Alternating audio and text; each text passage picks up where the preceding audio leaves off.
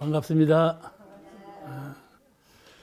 오늘 강의는 생사편 제2장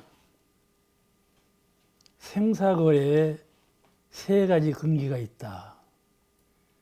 낳고 죽어가는 길에 세 가지 길이 있고 근기가 있다. 이제 그런 이유로 7단위라는 그런 이유로 천지 기운 돌아가는 도수가, 영혼은 그렇지 않아. 영혼은 뭐 7단위가 뭐 이런 거 없어요. 기운에 가서 그런 것이 있어요. 영기할 때 영은 그런 것이 없는데 영과 기가 합일되어 있거든. 그 기가 그렇게 변하는 거예요. 기가 에너지라고 그러죠. 그것이 질하고 속해 있거나 영하고 속해 있는데 이 기는 영하고도 같이 있고 질하고도 같이 있고 중간자예요. 그 정산중님께서는 그 우리의 성품이라 하는 것은 영과 기가 합일해서 둘이 아닌 자다, 이렇게 해설을 했어요. 이제 이것은 정산중사님 말씀이지, 그 근본 자리는 영이다 기다 따질 수가 없는 자리, 따질 수가 없는 자리, 본래 자리지. 그와 같이 그런 건데, 그 심신작용의 변화에 의해서, 영기의 변화에 의해서 7일 간격으로 변하게 된다. 변하게 된다. 그 말씀이에요. 크고 신령한 기운이 7일따리로 변하는데, 그런 변하는 도수에 의해서 대개는 49일간으로 해서 후생을 맞게 된다. 그런 이제 원리죠. 그죠? 원리라는 것은 다 그런다는 건 아니에요. 변칙이 다 있는 거예요. 원칙은 이런 건데 변칙이 있죠. 그러니까 훌륭한 성현은 그런 7일따리 변화에 아무 관계가 없어. 변화에 관계가 없어. 근데 아주 착심이 강한 중생에게도 그런 관계가 없고 그냥 착심 나는 대로 가고, 근데 대체적으로 볼 때 49일간의 기간 동안 연기의 변화에 의해서 중음이라는 그 자리를 벗어나 중음기의 과도 현상을 벗어나게 된다. 그래서 생에서 사로, 사에서 상으로 옮겨가게 된다. 그런 원리가 불가의 원리예요. 옛날부터 서가모니 부처님 당대부터 지금까지 세워오시는 원리요. 그러니까 믿어야 되겠죠?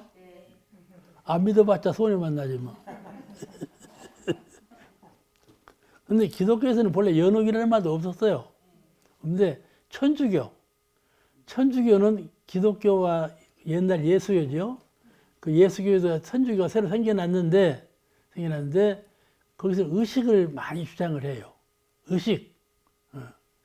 의식을 주장하다 보니까 그 과정이 있다는 걸 알고, 그 돌아가신 영가에 대해서 지상에 있는 사람들이 공을 많이 들이면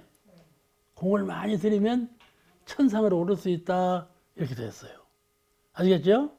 돌아가신 영혼에 대해서 후인들이 많이 불공을 들이며 기도를 하고 공을 들여주면 죄를 사함을 받고 천상계에 오를 수 있다, 이렇게 됐다니까요. 그걸 연옥이라고 해서, 그래서 단련할 연자. 중간 영혼이 후생 아직 안 가고, 전생에는 벗어났지만은 후생까지는 아직 안 가고 중간자로 있을 때 여기서 기도를 많이 하면 영이 승급돼야 단련이 된다, 이 말이에요. 뭐는 나쁜 마음을 다 제거할 수 있는 그런 힘을 갖게 돼. 그래서 이제 천상에 간다. 그래서 연옥이라고 그런다니까. 불가에서는 천도라고 그러고. 근데 기독교에서는 연옥을 말 안 해요. 천주교에서 연옥을 말하지. 이게 기독교는 뭐라 그러는 거니? 지옥과 천상 둘이요. 하늘나라로 가든지 지옥에 떨어지든지 둘 중에 하나다. 이리 봐버려. 그죠? 근데 듣지 않으셔도 잘, 기독교의 말은, 기독교는 아주 이분율이요. 천상 아니면 지옥. 이 말씀들이 그 말씀은 틀렸다. 그럴 건 없어. 또 그런 이치로 보면 그렇고, 또 우리 육도윤회로 보면 그렇고, 그런 거예요. 세분화해서 잘, 이제 그 사고해 보면 육도윤회 하는 것이 옳잖아요? 옳잖은데, 단순 논리로 인간 이하는 지옥, 인간 이상은 천상, 이렇게 단순 논리로 해버리는 거, 그러면 천상과 지옥을 나눠져 버리죠. 악도와 선도, 이렇게. 악도와 선도. 근데 그것이 이렇게 구별이 되나요, 어디가? 악도, 선도라고 말만 그렇지, 딱 어디서 어디까지는 선도, 어디서 어디까지는 악도, 이렇게 딱 구별되는 건 아니라고 말씀했죠. 두 번째는 그와 같이 그 서원의 원력에 의해서 생사길이 판이하게 달라진다. 원력을 주장하신 말씀이고, 첫 번째는 애착과 탐착, 그걸 갖고 있으면은 하근으로서 악도윤회를 면치 못한다. 그 말씀이고, 이 두 번째 길은 서원의 원력을 굳게 세우면 선도, 수생할 수 있는 길이 열린다. 그런 말씀을 하셨어요. 이제 세 번째예요. 세 번째는 마음의 능력으로서 생사를 자유하는 근기니, 마음의 능력으로, 아시겠죠? 마음의 능력으로, 자기의 능력이라는 말이에요. 타에 의존하지 않고 자기의 능력으로 생사를 자유하는 근기니, 이는 철저한 수행의 결과 3대력을 원만히 얻은 불보살 성현들이 육도고래를 임으로 하심이니라. 이 자리는 이제 육도를 벗어나 버린 자리예요. 또 육도 안에 계시더라도 육도 안에 가령 우리 대종사님처럼, 대종사님은 인간의 육을 입고 나오시지 않았어요. 그런데 대종사님은 인간이 아니시거든요. 그렇잖아요? 그와 같이 육도라는 것을 초월해서 육도에 들지 아니하고 계시기도 하고, 육도 안에 들어왔다 할지라도 육도에서 벗어난 그런 심지를 가지고 계신 분이, 그러면 부처님 아니시겠어요? 그러니까 셋째는 여기 생사거래에서 세 번째로 가는 길은 완전한 해탈의 길이요. 해탈의 길, 자유해탈의 길이요. 이 자유해탈의 길이라는 건 뭔 말인가 하면은 3대력, 수학력, 영구력, 취사력, 마음의 힘, 3대력을 철저히 얻어가지고 육도윤회에 들지 않아. 육도윤회에 들지 않냐고. 육도를 해탈했어. 또 그뿐만 아니라 육도를 자유해. 육도를 자유해. 육도를 자유해야 인간을 오실 수가 있잖아요. 그렇죠? 만약에 육도를 자유하지 못한다면 그냥 법계에만 계시지 못으로 인간계에 오실 거예요. 손해보려고. 그러네요? 내가 부처님이 되었는데, 부처님이 되었으면 법계에 계셔야 되잖아. 그런데 중생제도를 위해서 내려오셨거든? 내려오셔도 부처님 심지를 그대로 가질 수 있는 능력이 있으니까 내려오셨지. 만약에 인간계로 내려와서 인간이 되어버린다면 못으로 내려올 거예요. 그럴 것 아니에요? 쉬운 말로? 그러니까 인간계로 오셔도 인간이 아니시다 이 말이에요. 그런 자성의 능력, 마음의 능력을 갖춘 분, 성현이시죠. 성현의 세계다. 마음의 능력으로 생사를 자유하는 그런 성현의 세계, 그런 길이 있다 그 말씀이죠. 이 세 가지예요. 애착, 탐착의 길과 성불재중의 원력이 뚜렷한 원력의 길과, 세 번째는 생사 자유를 얻는 길, 이 세 길이 있다 이렇게 밝히셨어요. 이해가 되시죠? 너무 어렵게 설명해도 안 되고 쉽게 설명해도 안 되고, 그러니까는 그럴 것이다 하면 돼야.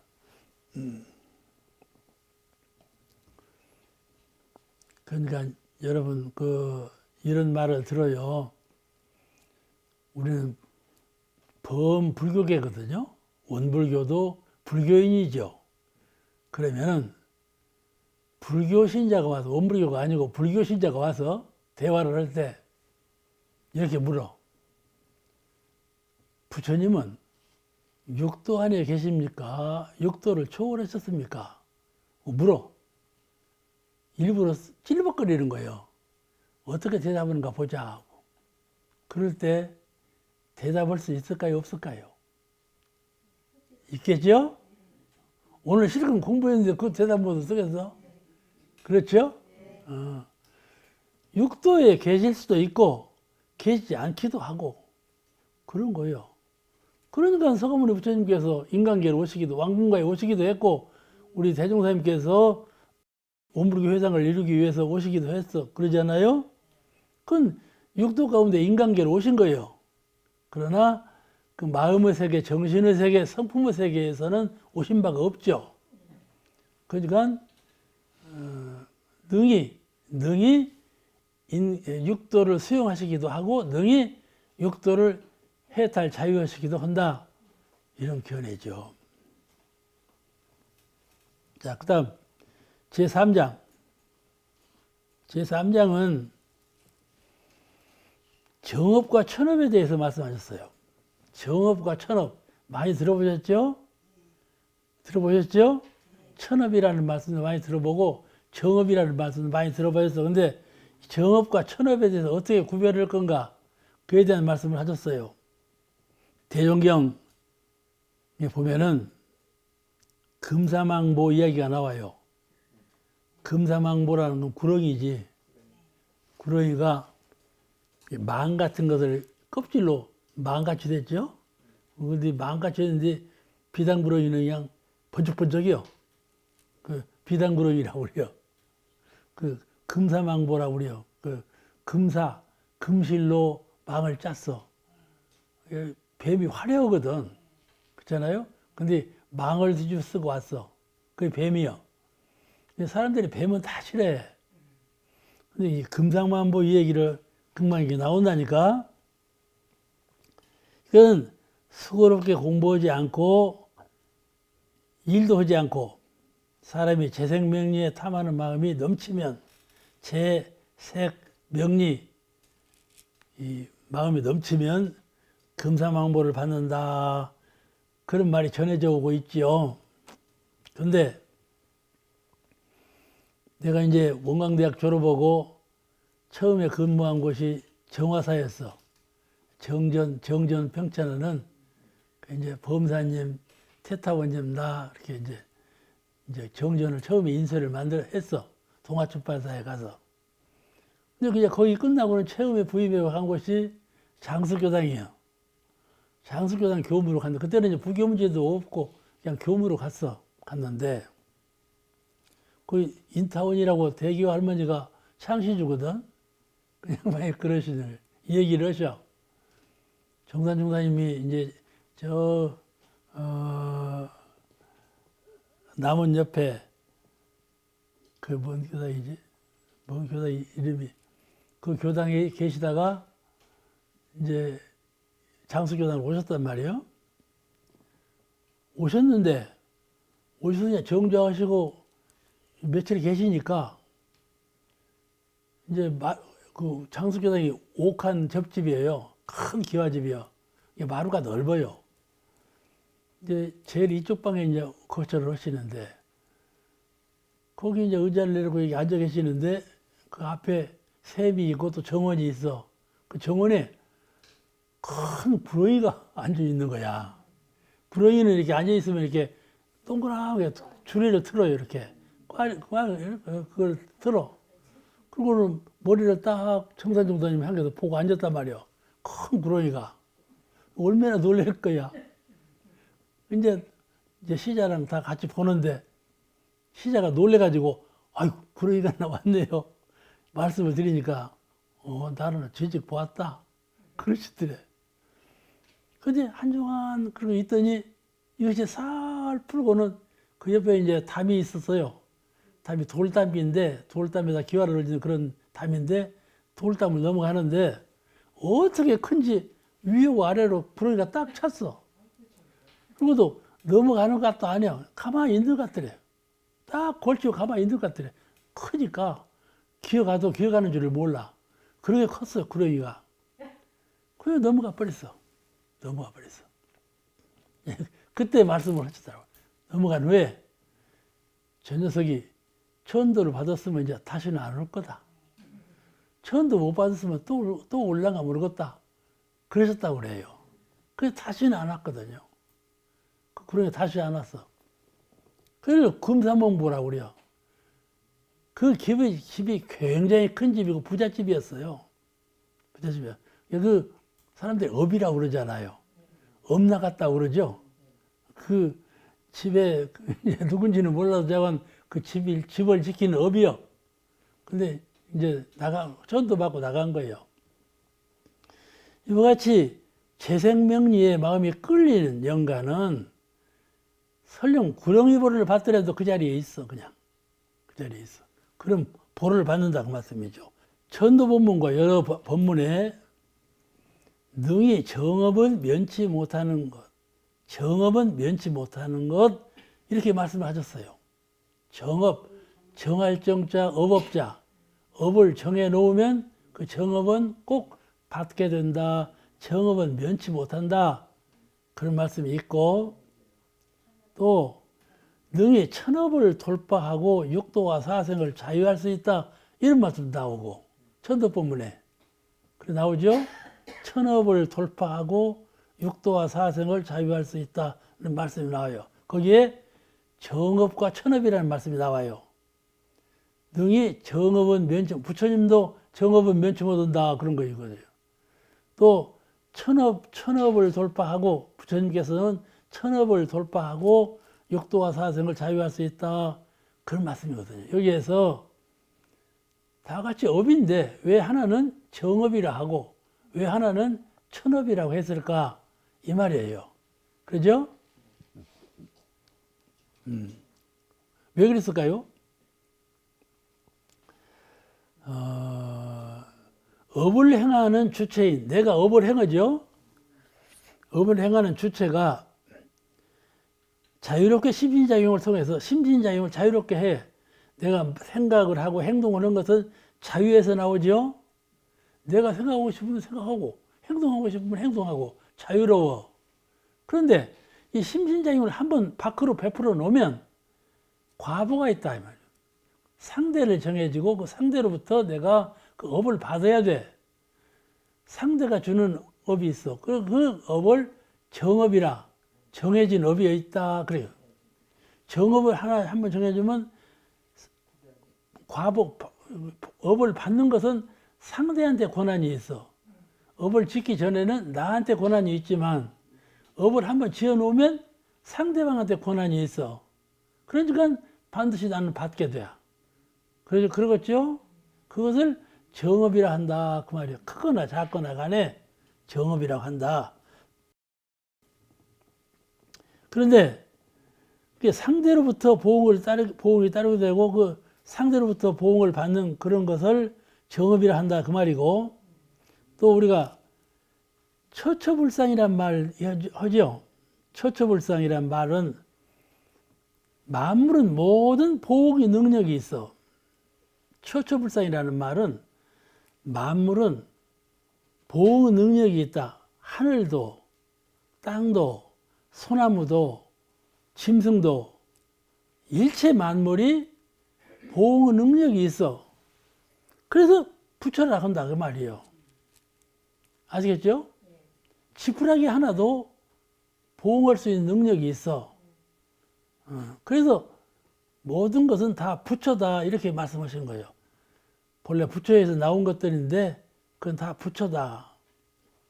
그래서 처처불상이라는 말이 나오는데 보응 능력이 있다는 말인데 그런데 대중사님께서 하루는 팔타원 황정신행을 데리시고 산길을 가셨어. 산길을 가셨는데 팔타원님이 이런 얘기 저런 얘기 하면서 옆에 왼손으로 솔잎을 빵 뻗고 솔잎을 뻥 뻗고 가는 거야. 대형사님도 그걸 보셨어. 아무 무심하게 손으로 그냥 뽑아 재미로. 이게 말도 없이 가면 재미가 없잖아요. 그냥 괜히 솔잎을 뽑으면서 가는 거예요, 이렇게. 그럴 수 있겠죠? 그러니까 대종사님께서 그걸 보셨다니까. 보시고 말씀하시기를 팔타원이 지금은 자기 마음대로 솔잎을 뽑지만 다음에는 정신없이 자기 머리칼이 뽑힐 날이 있을 것이다. 그러셨다는 거예요. 지금 정신없이 솔잎을 뽑아. 그렇죠? 근데 다음에 정신없이 내 머리칼이 뽑히는 날이 있을 것이다. 그렇게 본문하셨다니까. 그 다음에 뽑혔다는 얘기는 없어. 없지만은 그게 법설인데, 그죠? 정신없이 무정물인 땅이나 하늘같이 그냥 정신이 없는 소나무 솔잎을 뽑았지만은, 그렇지만 다음에 무심결에 너가 네 몸에 붙은 머리칼을 뽑힐 날이 있을 거다. 이렇게 주의를 주신 거예요. 그죠? 소나무가 보호의 능력이 있을까요? 얼른 대답해 봐봐. 어? 없어. 소나무가 보호의 능력이 없죠. 소나무 지가 어떻게 보호의 능력이 있어요? 뭐 영혼이 있까지? 그렇잖아요. 소나무는요, 육도 증강급을 안 해요. 영혼이 있는 것들은 군뱅이나 날탈이나 다 육도 증강급을 하지만은 소나무 이것은 영혼이 없기 때문에 육도 증강급을 안 해. 그런데 어떻게 보응을 할 거예요? 영혼도 없는 것이. 그렇잖아요. 그렇죠? 그런데 말이죠. 처처불상, 소나무는 부처님입니까? 아닙니까? 왜 소나무가 부처님인가요?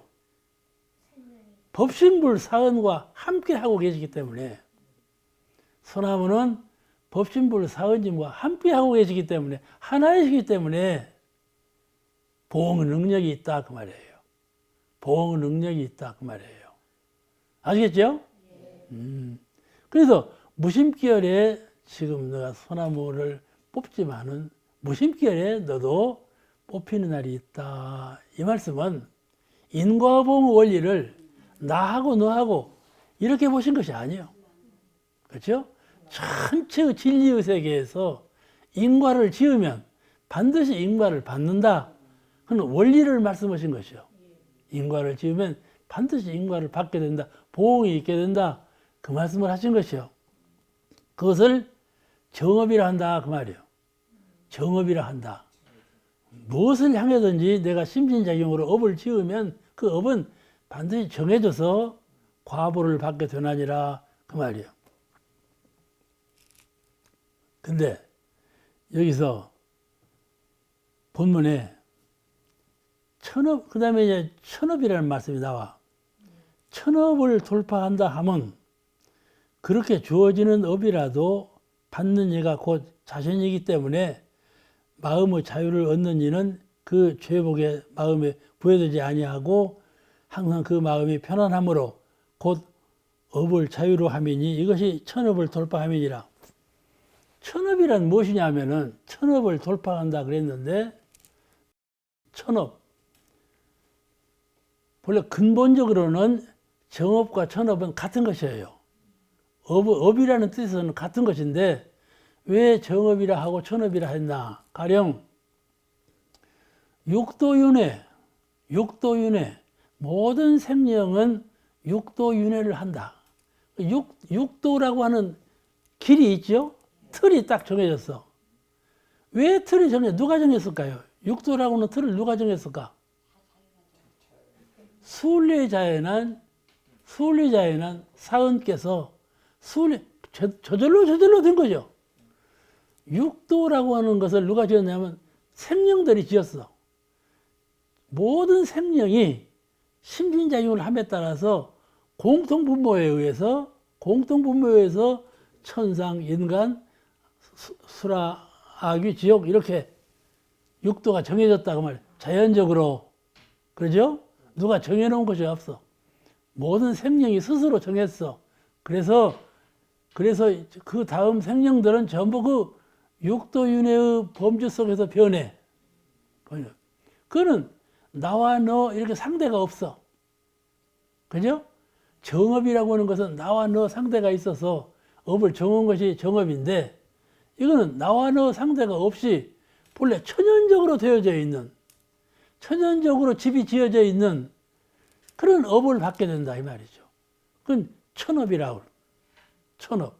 지은 대로 받는다는 말은 그런 뜻에서는 천업과 정업이 같은 뜻이요. 같은 뜻인데 육도라든지 생사 문제, 생로병사. 생로병사는 모든 생명이 생로병사 하지 않아. 그러죠? 제비도 생로병사, 사람도 생로병사, 다 생로병사를 해요. 이건 공통분모죠. 공통으로 업을 받는 한 틀이요. 생로병사, 성주괴공 또는 육도윤회 이런 것들은 정업과는 좀 다르죠? 에? 내가 너를 한 대 때렸는데 저가 나를 또 한 대 때린단 말이에요. 상대가 있어서 업을 지어놓은 거 이것은 정업이고, 내가 저를 못 살게 그래가지고 망쳐놨어. 그랬더니 나중에 저 녀석이 꿈틀어갖고 나를 또 못 살게 하네. 이렇게 상대가 있어 정해졌어. 이건 정업이요. 정업이요. 후생에도 받고 내 후생에도 받고 꼭 받아. 그런데 그렇게 나와 너 상대가 없이 그냥 천연적으로 지은 집이 있어. 업이 있어. 업굴이 있어. 업굴. 그러죠?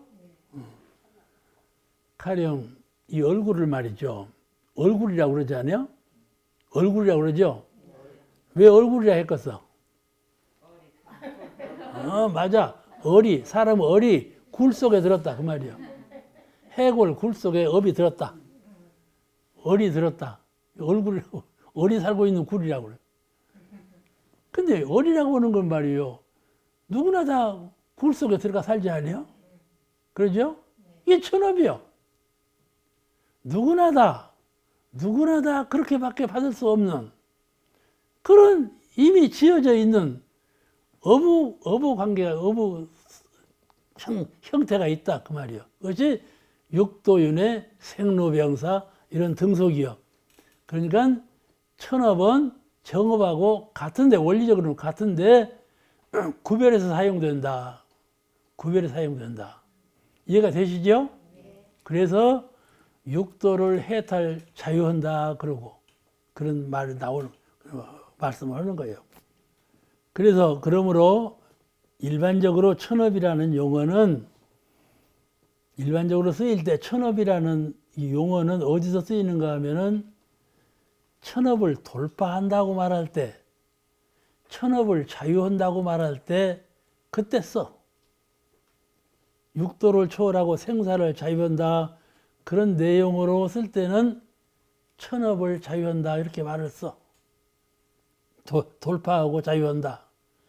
그런데 정업이라는 용어는 사람과 단체, 사람에 비해서 어떤 그 상대가 되는 그런 상대와의 사이에서 짓고 받는 그런 내용을 업으로 말할 때에는 정업이라고 한다. 그런 차이가 있어요. 생사편 제4장 선도와 악도에 대해서 본문하셨는데 한번 먼저 읽으시겠습니다. 4. 말씀하시기를 욕심과 착심이 많을수록 그 영식이 높이 솟지 못하고 악도에 떨어지게 되나니 마치 착하고 무거운 것은 아래로 가라앉고 욕심과 착심이 없을수록 그 정신이 높이 솟아서 선도에 수행하게 되나니 마치 맑고 가벼운 것이 높이 오르는 것 같나니라. 어제 교도님 발인식에 갔는데 그 9마디로 시체를 묶지 않아요? 시체를 묶어서 화장도 안 하고 이제 그냥 매장을 하는데 그 참 무상이 새롭게 느껴지더만. 금방 말씀하고 그러던 문을 9마디로 묶어서 땅속에 묻는단 말이죠. 그게 죽음인데, 죽음 후에 돌아오면 정신과 육신이 딱 갈라지지 않아요? 그걸 죽음이라고 그러는데, 육신은 지수화풍으로 산화되어 사라져버리고, 그 정신이 이제 영원한 생명체로 변립하게 되는데, 그 정신을 우리가 영혼이라고 말하지 않아요? 영혼이라는 말에 여러 가지 표현이 있어요. 영혼, 또 영성, 영가, 혼백, 영식, 여러 이름이 있잖아요. 그런 등의 이름으로 영로를 따라가게 되거든요. 우리가 그 어떤 때는 영혼이라고 그러고, 어떤 때는 영성이라고 그러고, 또 어쩔 때는 영가라고 그러고, 영식이라고 그러고, 혼백이라고 하는가. 그 밖에도 더 많은 표현이 있어요. 우리 영혼에 대해서 오늘 그걸 좀 말씀드리기 전에 조금 생각해 보겠습니다.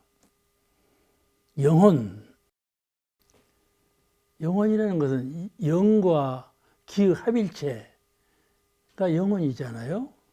이제 영과 혼이 딱 두 가지 의미를 갖고 있는 거예요. 본래는 영이라고만 하는데 영혼 하면은 영의 혼이 붙어서 하나가 됐다. 그런 뜻으로 영혼이거든요. 그럼 영은 무엇을 말하냐면은 신령스러운 영을 말하고, 혼은 이제 기, 영의 기가 합일되어 가지고 조성이 된 것이니만큼 영혼 중에 기운만큼은 혼이라는 문구로 표현을 한 것이죠. 영과 혼이 합해져서 영혼이 됐다. 이렇게 표현한 거예요. 그 우리가 평상시에 영혼 그렇게 말을 하지요. 영은 불생불멸하는 것이고, 근데 기는, 영혼은 불생불멸해서 증감이 없어. 보태고 빼고가 없어. 근데 기는 불어났다 줄어들었다, 강해졌다 약해졌다 그러지 않아요? 기는 그런 변화가 있죠. 그런 변화가 있어요. 이게 집산을 해요. 모아졌다 흩어졌다 그래요. 우리가 수양을 할 때에는 영혼은 뭐 옛 영혼하고 후의 영혼하고 같은 거지만은, 영혼은 밝아지고 어두워지고 그렇게만 해. 그런데 거기에 힘이 있고 힘이 없는 것은 그에 예속된 기가 흩어지고 모아지고 하기 때문에 강해지고 약해지고 그러는 거란 말이죠. 그래서 우리가 수양을 할 때에도 마음 가운데 기를 모으고자 하는 마음을 일심으로 갖고 있으면 기가 모아지는 거죠. 이 허공법계에 있는 기가, 그걸 단이라고 그래요. 단을 이룬단 말이죠. 그래서 그 영혼 할 때는 영과 혼이 다른 의미로 쓰이는데, 그 다른 의미로 쓰이는 두 가지를 합해서 영혼이라고 그런다. 영성은 무엇이냐 하면은, 영성은 영혼 할 때 그거보다 영만 말하는 거예요. 영성, 가장 더 근본적인 영을 말하는 것이죠.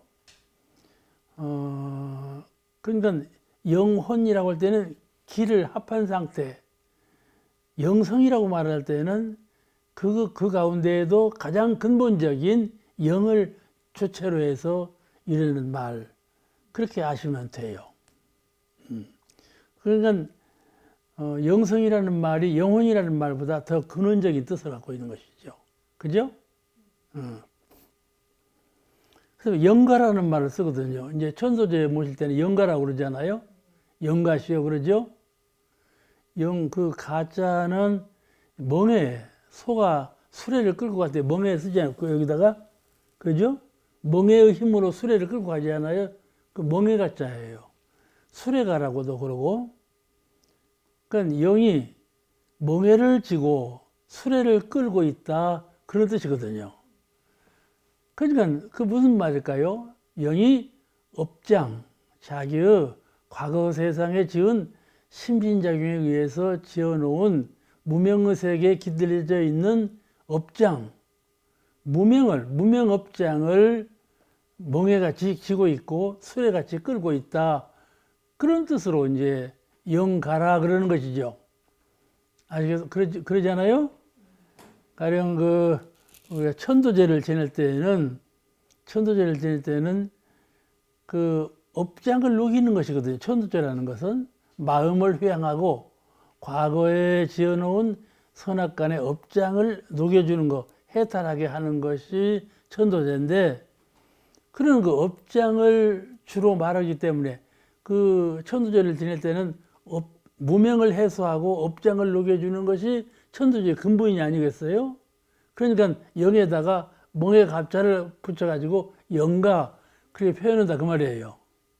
그러죠? 그러니까 영가라는 말은 천도제를 할 때 가장 많이 표현되는 것이에요. 좀 다르죠? 영성, 영가, 영혼 각자 쓸 자리가 달라요. 우리가 사람을 말할 때 사람이라고도 하지만은 인간이라고도 말하지만은 인생 그렇게 말하죠? 인생이라고 쓸 자리에 인간이라고 해도 안 되고 인간이라고 할 자리에 인생이라고 해도 말이 어울리지 않아요. 그 용어는 그 용어대로 쓰일 자리가 따로따로 있지 않나요? 그와 같이 영가, 영혼, 영성 이런 표현도 그 쓰일 자리에 써야지 혼돈해서 쓰면 안 된다 그 말이죠. 또 그뿐만 아니라 혼백이라고 해요. 혼백. 이제 우리 동양 사람들은 본래 혼백이라고 했어요. 혼백이 있고 없고. 그러죠? 혼백. 아까 영혼에서 기적인 거, 기를 말할 때 혼으로 썼다.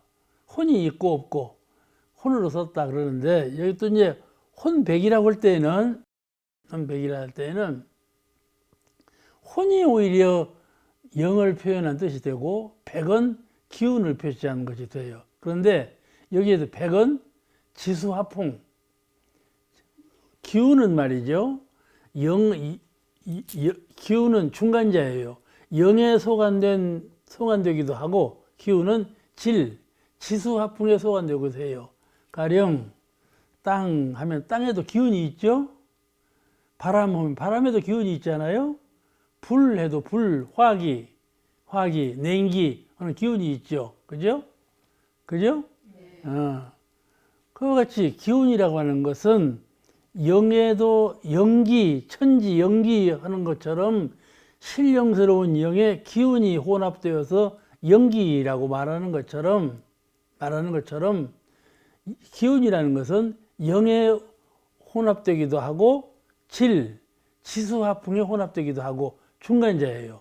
양자에 다 혼합되어 있는 것이 기라 말씀이에요. 그리고 그 기에 대한 이해가 좀 어려운데 혼백이라고 할 때에는 혼은 영혼을 말하고 백은 지수화풍 기를 말해요. 지수화풍에 속한 그래서 동양어에서는 혼백이라고 할 때는 혼은 사람이 죽으면 혼은 하늘로 날아가고 백은 땅으로 떨어진다 그렇게 표현하거든요. 그 혼백이라는 건 그런 뜻으로 써요. 그러니까 좀 쓰이는 자리가 다르죠. 근데 혼백이라는 말은 그래서 잘 안 써요. 잘 안 쓰는데 우리 조상님들이 많이 써왔던 글이에요. 용어예요. 그러나 잘 안 써서 그러지 안 쓰는 말은 아니거든요. 혼백이라 할 때 왜 혼백이라 했나 그런 의미를 이해할 때는 그렇게 이해하시면 돼요. 근데 오늘은 왜 이 말씀을 드리는가 하면은 오늘은 여기 원문에 영식이라는 말이 나오는 거예요. 영식. 원문에 영식이라는 말씀이 나오기 때문에 영식을 설명하기 위해서 오늘 이런 말을 드리는 거예요. 영식은 알식자예요. 알식자. 그 영식이라는 말을 어느 때 쓰는가 하면은 영혼이 잘 알아차린다. 알식자거든요. 영혼이 여기서 무슨 말을 하면 말도 잘 알아듣고, 여기서 우리 행동을 하면 행동하는 것을 잘 보고, 알겠죠? 이렇게 잘 알아차린다 그 말이에요. 기운으로 알아차리고, 보고 알아차리고, 듣고 알아차리고, 알아차려. 그럼 한 제자가 대림사 함께 사롭기를 천도제에서 천도법문을 낭독하는데 그 천도법문을 그 영가가 알아듣습니까? 못 알아듣습니까? 하고 사는 일이 있었어요. 그때 대답하시기를 혹 영은 알아듣기도 하고 혹 영은 알아듣지 못하기도 하나니라 그렇게 응답하셨어요. 그는 그 영혼이 영대가 밝은 영은 그리고 또 그런 방향으로 자꾸 그 습관을 들인 영 아시겠죠? 영이라는 것은 아주 중간자, 중성적인 것이기 때문에 그가 습관 들이는 면에서 그런 면에 자꾸 훈련을 쌓고 그런 면에 해버릇한 영가는 잘 알아들어요. 잘 보고 잘 듣고 그래요. 근데 그런 면에 등한한 영은 알아듣지 못해요. 그러니까 가령 우리가 천도를 받을 때 내가 천도법문에 대해서 평소에 본인을 위해서 천도법문을 늘 읽어 하고 천도법문에 대한 내용을 잘 이해를 해요. 그런 영가는 천도법문을 외울 때 내가 죽은 후에 천도법문을 다른 사람이 외울 때 잘 알아들어. 내가 많이 독송을 한 법문이기 때문에. 그런데 잘 평소에 안 한 영가는 못 알아듣는단 말이죠. 기운으로만 통하지. 그런데 여기서 영식이라는 말은 모든 영은 잘 아는 성질을 본래 갖고 있어요. 부처님께서 다 아시는 것이죠. 밝은 영은 잘 안다 그 말씀이죠. 이제 우매한 어리석은 영이 못 알아듣지 밝은 영은 전부 알아듣는 거예요. 그래서 알식자, 영식 그렇게 써요. 가령 초목을 키울 때 등나무가 있어요. 내가 이제 정원관 앞에 요만한 정원을 갖고 오는데 말이죠. 제일 귀찮게 구는 것은 등나무예요. 어디서 나왔는지 모르게 나무를 꼬불꼬불 꼬이고 나서 제일 위로 올라가는 거예요. 그리고 대나무도 숙여버리고 소나무도 숙여버리고 그래요. 소나무도 숙여버려요. 등나무가 올라가면. 그거이 말이죠. 어떻게 그렇게 나무를 꼬불꼬불 이렇게 딱 휘어갖고 저 위까지 올라가는가. 무엇을 알아차리니까 그러지. 못 알아차리면 그게 그러겠어요? 그런데 말이죠. 소나무를 감고 올라가는 등나무가 저 소나무 뿌리하고 같은 자리에 올라왔다면 모르는데 그렇잖아요. 1m 하나 떨어진 곳에서 났는데 소나무 쪽으로 와가지고 소나무를 감고 올라가는 거예요. 그렇게 알아차리더라니까요. 그와 같이 식물도 그렇게 알아차리는데 한차 영혼이 알아차리지 못하겠어요? 본래 영혼은 빛이에요. 광명체예요. 알겠죠? 어둡다가도 해가 솟아오르면 다 보이고 다 알지 않아요. 그와 같이 우리 영혼은 본래 광명체 빛이기 때문에 본래 성질이 잘 아는 성질이에요. 매져서 모르는 거이지 본래 잘 아는 거예요. 그러니까 우리가 수양을 잘 닦으면 잘 아는 거예요. 잘 아는. 그런 성질을 본래 갖고 있어서 잘 알아차린다는 면을 강조해서 영혼을 말할 때에는 영식이라 그렇게 표현한다 그 말이에요. 여러 가지 표현이 있어요. 그런데 자 그러면 본문에 의해서 해석 말씀을 드리면은 본문에 이렇게 말씀했어요.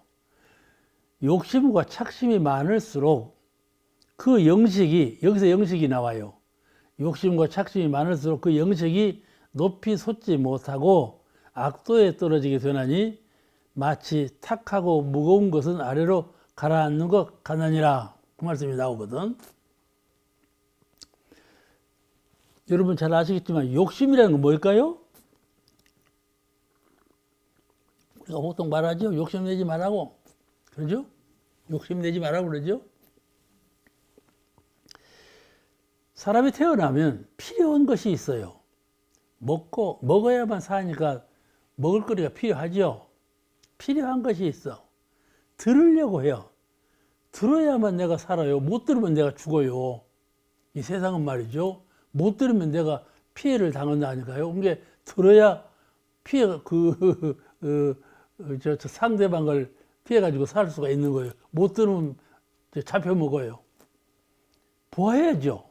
봐야죠, 들어야죠, 먹어야죠, 접촉해야죠, 걸어야죠. 이게 모든 것이 필요한 것이 있어요, 살아가려면. 그럼 필요한 것을 필요한 만큼 갖고자 하는 거, 그 욕심이에요. 하고자 하는 거예요. 그리고 이 뇌, 머리의 세계에서는 희망이라는 것이 있어요. 꿈, 이렇게 했으면 좋겠다. 이렇게 하고자 한다. 하고자 하는 마음이 머릿속에서 나오거든요. 그런 것이 모두가 필요한 것이에요. 이 필요한 것을 충당시키는 것을 충당시키고자 마음을 내는 그 마음을 욕심이라 그렇게 말을 해요. 그래서 욕심에는 한문으로 두 가지 표현을 해요. 하나는 하고자 할 욕자 욕심, 하나는 욕심 욕자 욕심. 두 욕심이 있어요. 한문으로는 두 가지 표현이 있어요. 그 왜 두 가지 표현이 있냐면은 근본적으로 사람은 필요에 의해서 하고자 하는 마음이 나요. 하고자 하는 마음이 나. 그런데 그럼 욕심 욕자 욕심은 무엇을 말하느냐면은 하고자 하는 마음을 낼 때 부은 박해, 실력 박해, 그렇죠? 자기 실력은 요만큼인데 실력 밖의 것을 더 많이 구하고자 하는 마음을 낸다 그 말씀이죠. 분수 밖에 자기의 분수는 이 정도인데 분수 밖의 것을 더 구하려고 한다 그 말씀이에요. 실력으로나 능력으로나 자기 처세로나 자기가 필요한 것을 취할 수 있는 환경이 있는 것인데 그걸 벗어나서 더 많이 아시겠죠? 더 일시적으로 더 내 것을 만들려고 하는 마음을 내 그걸 욕심이라고 한다 그 말이죠. 좀 다르죠? 다르죠? 네. 그 사람이 이제 그 부모가 자녀를 낳으면 이 상우에다 뭐들 다 진열을 해놔. 하고 그 철없는 애기 보고 아무거나 주워보라고 한단 말이야. 그런 말이죠. 그 애기가 뭘 줍지 않아. 그러면 돈이라도 주면 그럼 재물복이 있겠다. 그렇게 좋아한다 말씀이죠. 그 무엇에 관심이 많은가를 보는 거예요. 그것이 사람은 하고자 하는 마음이 본래부터 갖고 있어요. 그걸 과하게 갖고자 하는 마음을 욕심이라 과하게 가지면은 반드시 손해를 본다 말씀이죠. 무엇이든지 중도에 맞게 줘야지 중도에 맞지 아니하면 그건 공이요. 공적인 것이요. 그런데 그 공적인 것을 사로 취한단 말이죠. 그러면 반드시 손해를 봐요. 손해를 보는 거라. 근데 그 욕심과 그런 것을 욕심이라고 그러고, 근데 그 욕심이 바라면 사람이 욕심이 자꾸 나면 정신이 어두워져요. 생각이 많아지고, 그렇죠? 해야 될 생각을 많이, 욕심 많은 사람은요, 생각을 많이 해요. 밤에도 잠을 안 자고 생각을 해요. 어떻게 하면 할까? 생각을 많이 하니까 정신이 분열되죠. 생각을 많이 하면요, 불기운이 올라요, 이렇게. 화기가 올라와. 그리고 불기운이 올라오기 때문에 불기운은요, 탁한 거예요. 불을 질러보세요. 불을 질르면요, 훈훈하면서 탁한 기운이 올라와요. 그와 같이 불기운은 탁한 거야.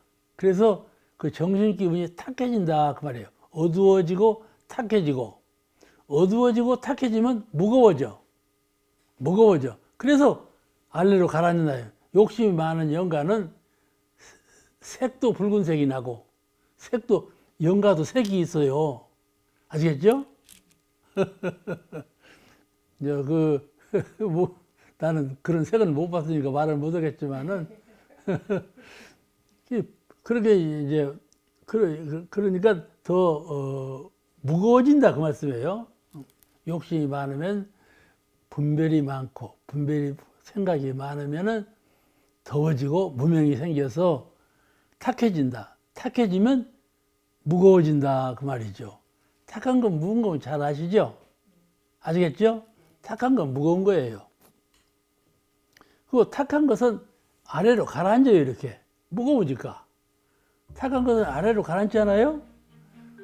물도 말이죠. 맑은 물을 갖다 놓고 흔들어 봐요.